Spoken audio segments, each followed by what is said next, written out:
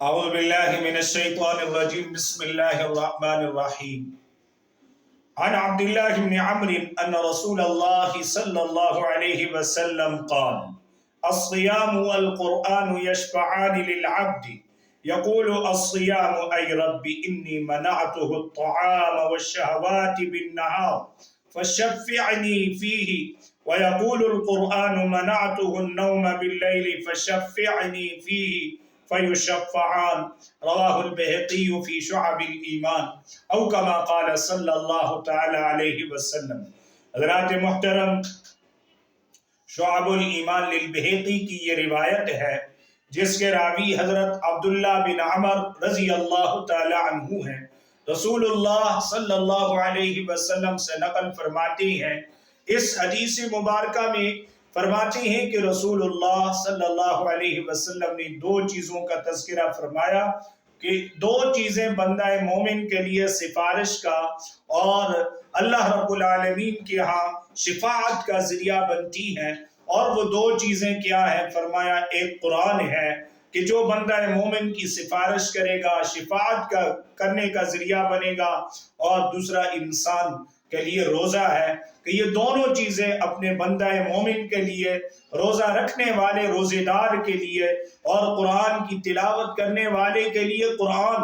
یہ سفارش کرتے ہیں۔ تو اس حدیث مبارکہ میں فرمایا کہ الصیام والقرآن یشفعان للعبد، روزہ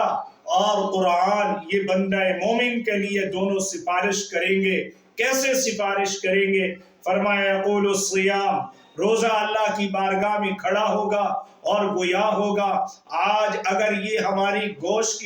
کا ایک لوتھڑا جو زبان کی صورت میں گویا ہے، بول رہا ہے، اللہ رب العالمین قیامت کے دن یہ غیر حسی چیز جو روزہ ہے، جو آج ہمیں نظر نہیں آتا، اللہ اسے بھی گویائی عطا فرمائیں گے، اور یہ بولے گا اے رب، اے میرے پروردگار، میں نے اس بندہ مومن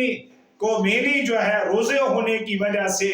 کھانے سے، جائز خواہشات کے پورا کرنے سے دن کو میں نے روکا ہے، اور یہ رکا رہا ہے، نہ جائز خواہش اپنی پوری کی اور نہ اس نے کھانا کھایا۔ اے اللہ، اس نے میری وجہ سے،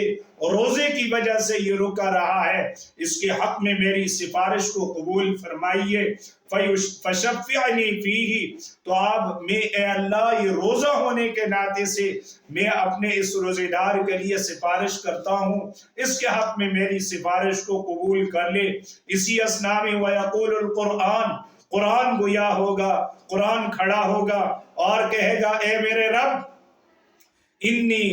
کہ منعتہ النوم باللیل، رات کو تراویح کی صورت میں، تلاوت کی صورت میں، اے اللہ اس کو نیند بھی آ رہی تھی لیکن اس نے قرآن کی تلاوت سننے کے لیے اے اللہ یہ سونے سے رکا رہا، اب اس کا نیند سے رکنا قرآن کی تلاوت کی وجہ سے، میری وجہ سے ہے، اے اللہ اس کے حق میں میری سفارش کو قبول کر لے۔ آقا دو جہاں سرکار دو عالم صلی اللہ علیہ وسلم نے ارشاد فرمایا فیشفعان، قرآن کی بھی روزے کی بھی دونوں کی بندہ مومن کے حق میں سفارش کو قبول کیا جائے گا۔ اللہ رب العالمین ہم سب کے لیے قرآن کو، روزوں کو شفاعت کا، سفارش کا ذریعہ اور سبب بنائے۔ وآخر دعوانا الحمدللہ رب العالمین۔